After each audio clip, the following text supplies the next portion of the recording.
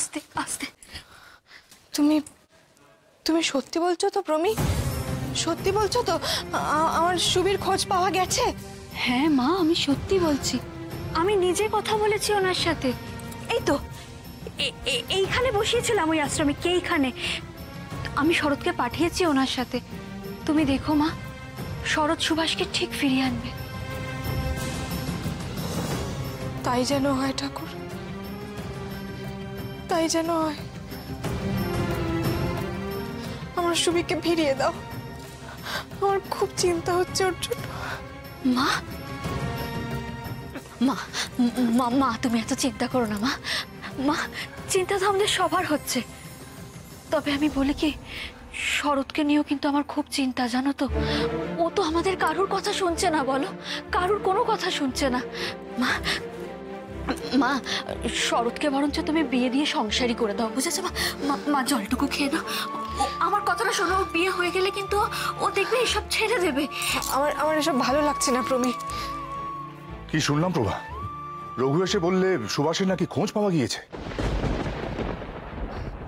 হ্যাঁ, তাই তো বলছে আশ্রমে। আপনি একবার যান, গিয়ে নিয়ে আসুন সুভাষকে। আমি আর ওকে না দেখে থাকতে পারছি না। আমি যাব বাবা আপনার সঙ্গে। তুমি যেও না, তুমি এতদিন পরে বাড়িতে এসছো, একটুও বিশ্রাম নিতে পারোনি। তুমি আমার কাছে থাকো, তোমার বাবা আর বড়দাদা যান। বেশ, আমি তোমার কাছে থাকছি মা। প্রমি, হ্যাঁ, বাবাকে একটু বলো আশ্রমের কথা। সুবি কোথায় আছে? বাবা, সুবি মোহন মহারাজের আশ্রমে আছে। বড়দিদি, ওভাবে বললে কি কিছু বোঝা যায়? প্রমিলা, ঠিকানাটা দাও। ঠিকানাটা তো রাখেনি। না, আসলে ওই সময় খুব তাড়াহুড়ো ছিল, আর শরৎকেও সেই সময় সামনে পেয়ে গেলাম। ওই তাড়াহুড়োর মধ্যে শরৎকে ওই আশ্রমিকের সাথে ওনার আশ্রমে পাঠিয়ে দিয়েছি। ঠিকানাটা আর রাখা হয়নি। তোমাদের কি বুদ্ধির লোপ পাচ্ছে আজকাল? বুদ্ধি করে ঠিকানাটা রাখতে পারলে না। এবার তুমি বলো প্রভা, কোথায় যাব? এত বড় কলকাতা শহরে মোহন মহারাজের আশ্রম কোথায় খুঁজবো আমি? সতীশ, সুরেশ, তোমরা জানো এই আশ্রমের কথা? শুনেছো কখন? না বাবা, আমরা তো কলকাতার সব চিনি না। কলেজ আর হস্টেল এই দুটোই পথ। তোমাদের মেজদাদার তা নয় দেখছি। আজকাল দেখছি ও অনেক কিছুই চেনে। এবার কি করব বলো প্রভা? কেউ তো ঠিকানা বলতে পারছে না। তাহলে শরৎকেই ফিরিয়ে নিয়ে আসতে হয় সুভাষকে। বাবা, বাবা আপনি উত্তেজিত হবেন না, একটু শান্ত হন। শরৎ তো গেছে সুবিকে আনতে। সেই কারণেই তো আমি আরো বেশি অস্থির হচ্ছি, উত্তেজিত হচ্ছি সতীশ। সকালেও তো শরৎই নিয়ে গিয়েছিল সুভাষকে কোর্ট চত্বরে। যে ভরসা এতদিন ওর উপর করে এসেছি, সেই ভরসা রাখতে পারছি না সতীশ। যতক্ষণ না ওরা ফিরে আসছে ততক্ষণ আমি নিশ্চিন্ত হই কি করে বলো?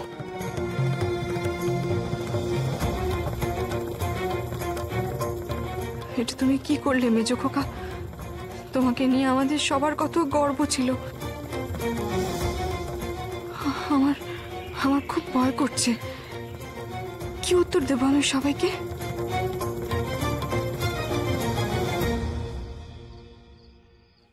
এবার তোমরা সবাই ধ্যান ভঙ্গ করো, যাও নিজের ঘরে যাও।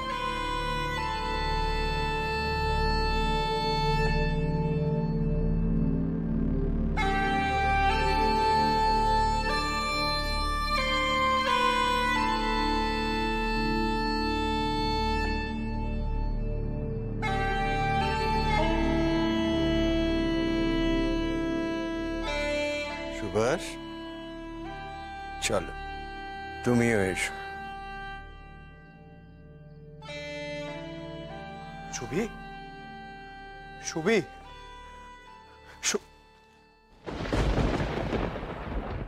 মেজদাদা,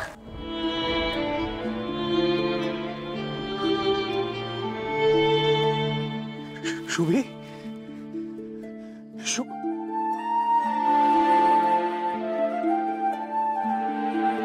কোথায় চলে গেছিলিস তুই? তুই জানিস আমি তোর জন্য কত চিন্তা করছিলাম, কত জায়গায় খুঁজেছি তোকে। বাড়ির সবাই তোর জন্য দুশ্চিন্তা করছে। বাড়ি চলো মেজদাদা, মায়ের জন্য মন কেমন হচ্ছে খুব।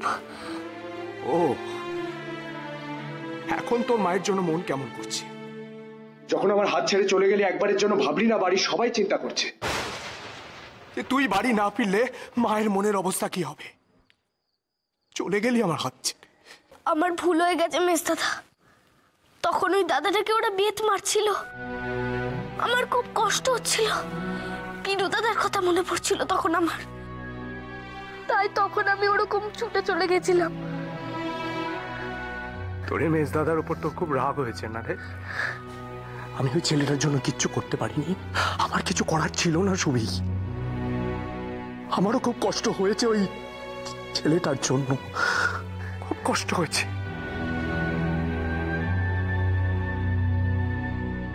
তোমার উপর আমি রাগ করিনি মেজদাদা, আমার কেবল মনে হয় তুমি সব পারো, তুমি খুব সাহসী, তাই তোমায় বারবার আমি যেতে বলছিলাম শুধু।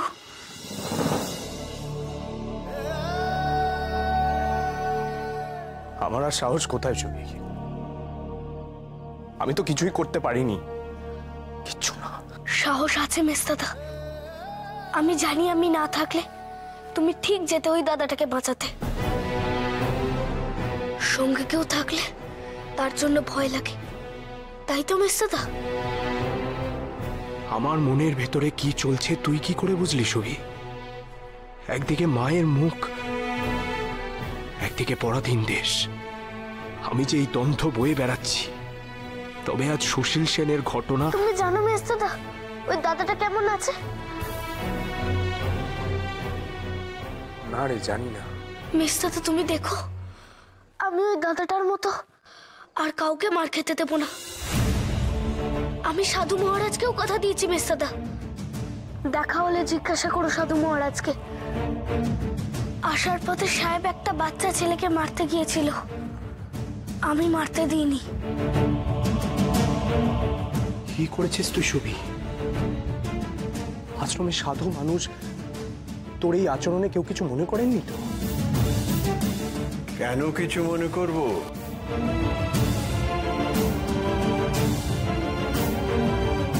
সুভাষ খুব ভালো ছেলে।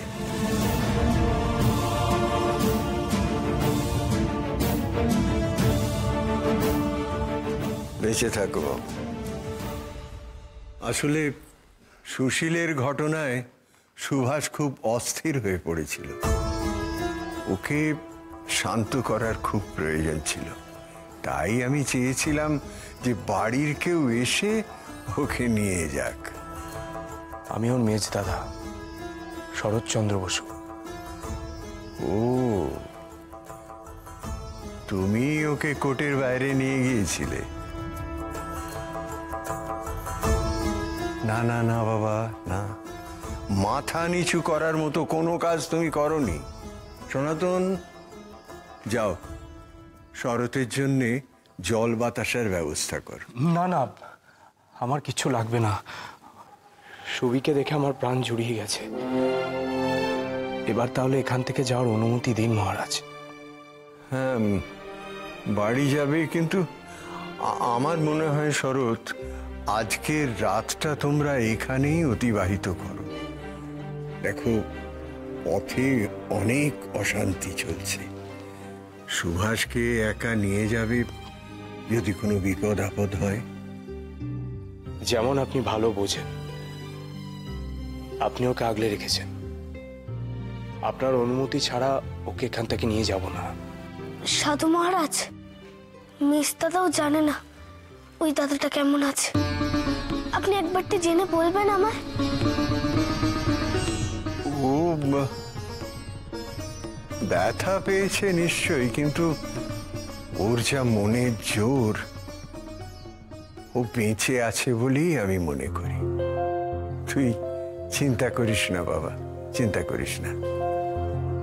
তবে তুই যে কথা দিয়েছিস মার খাওয়া বন্ধ করবি, তোকে কিন্তু তৈরি হতে হবে সুভাষ। রোজ সকালে মনোসংযোগ করবি, আর যে মন্ত্র তুই পেয়েছিস সেই মন্ত্র পথেই চলবি। কিসের মন্ত্র? পরে বলবো তোমায় মেজদাদা।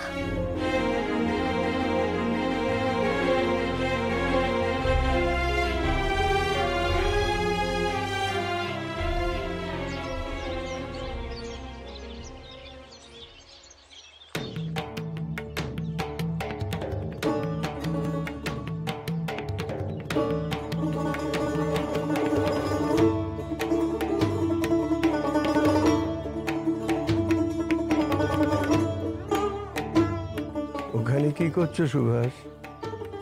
এগিয়ে এসো, বসো।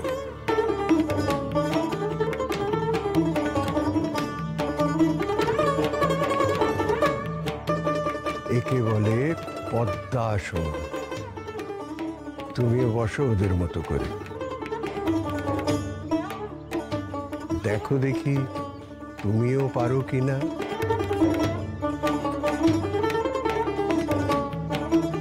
প্রথম প্রথম পা মুড়তে ব্যথা লাগবে, চেষ্টা করো, দেখবে আস্তে আস্তে তুমি অভ্যস্ত হয়ে পড়বে। আবার করো, আবার চেষ্টা করো।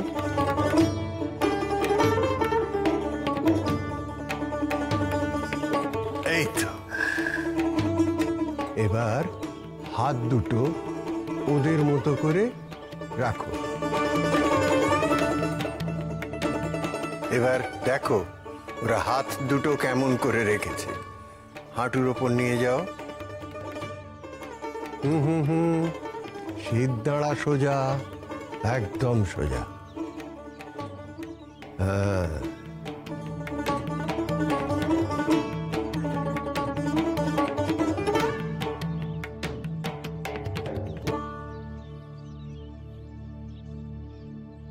সুবি, তুই পদ্মাসন করছিস? ওকে বলেছি রোজ যোগাভ্যাস করতে, পারলে তুমিও করো। আপনাদের এখানে এসে আমার খুব ভালো লেগেছে। শরৎ, তোমার ভাইয়ের মনে অনেক প্রশ্ন আছে। ও কিন্তু তার উত্তর জানতে অনেকটা পথ যেতে পারে কোনো বাধা না মেনে। তাতে কিন্তু তোমরা অবাক হয়ে যেও না।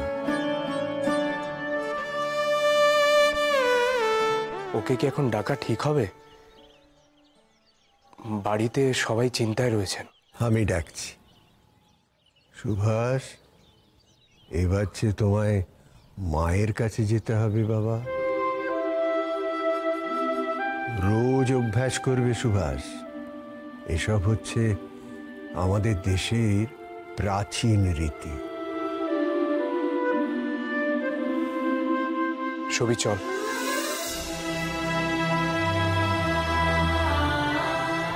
আমি আসছি। শোন, নরম হবি না। এই যোগাই তোকে একদিন শক্ত করে দেবে। আর স্বামী বিবেকানন্দের বাণী, ওই তোর মন্ত্র। বইটা নিয়েছিস তো? মিস্তাদা,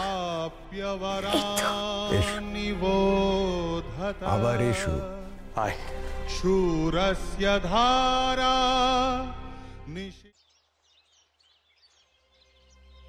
মা, জলটা মুখে দাও মা, নাও। এসব সরাও সুরেশ, আমার কিচ্ছু ভালো লাগছে না।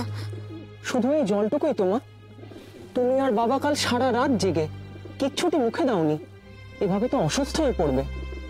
মিস্তাদা আর শুভে ঠিক চলে আসবে। নাও মা। এখনো কেন আসছে না বলো তো? রাত গড়িয়ে সকাল হয়ে গেল, আবার কিসের মধ্যে জড়িয়ে পড়লো ওরা? আপনি চুপচাপ দাঁড়িয়ে আছেন কেন? কেন কিছু করছেন না? আমার মাথা কাজ করছে না প্রভা। এ কি সেই শরৎ বলো তো, যার উপর আমরা এত ভরসা করেছিলাম?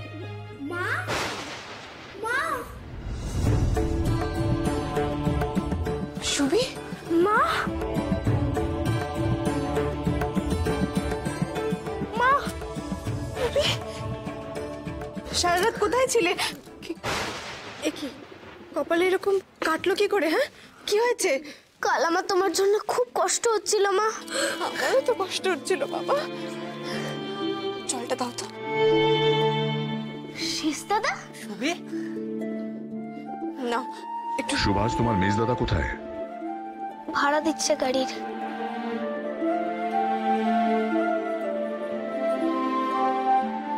কি রে শরৎ, তুই গেলি কাল রাতে আর ফিরলি আজ সকালে?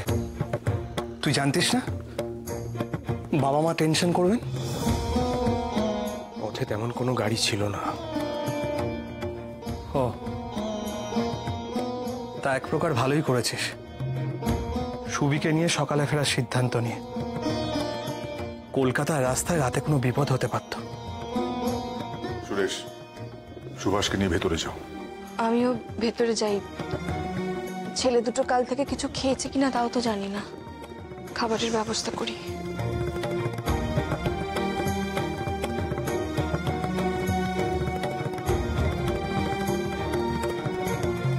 দাঁড়াও শরৎ, তোমার সাথে আমার আলাদাভাবে কিছু কথা আছে। সতীশ, তুমিও থাকো। কয়েকটা প্রশ্নের উত্তর চাই আমি তোমাদের কাছ থেকে।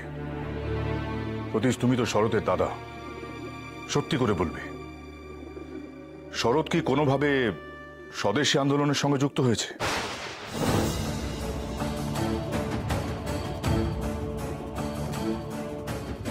বাবা আমি বলছি। দাঁড়াও সতীশ, যে প্রশ্নের উত্তর সরাসরি দেওয়া যায় না তার মানে জানো? কিছু সত্যতা থাকে তার মধ্যে যা স্বীকার করা যায় না। এক্ষেত্রেও কি তাই সতীশ? বেশ, শরতের দাদা হিসেবে আমি তোমাকে দায়িত্ব দিলাম, শরৎকে নজরে নজরে রাখবে। এ ভুল যেন সে আর না করে, বা তুমি যেন তাকে করতে না দাও। ওর আচার আচরণ আমার মোটেও ভালো ঠেকছে না। আমার মায়ের সাথে কথা বলে আমি কালই অক্ষয়বাবুর বাড়িতে গিয়ে শরতের বিয়ের কথা পাকা করে আসব।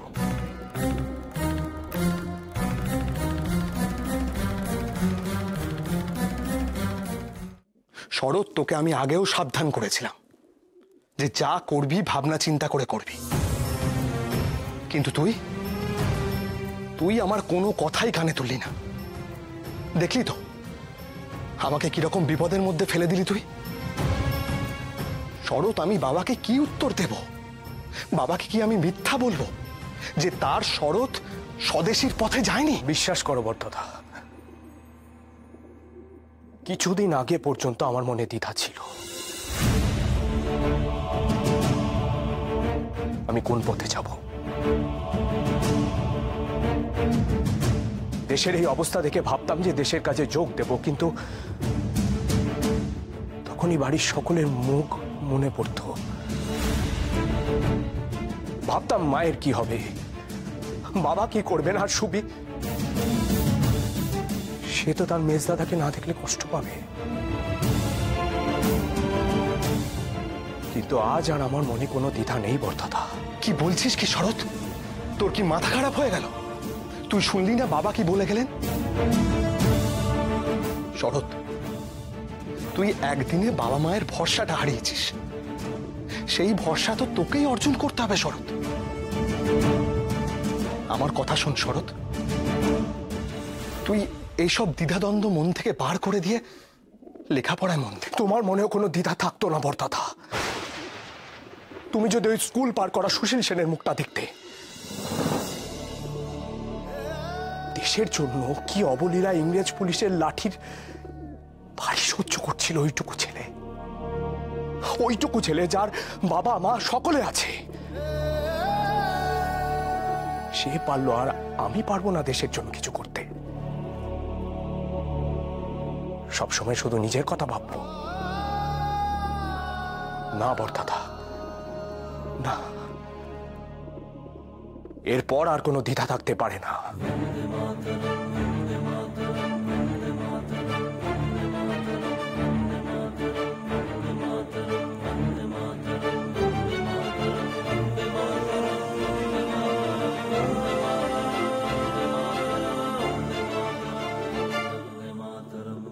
সুবি, তোর এত সাহস কি করে হলো রে?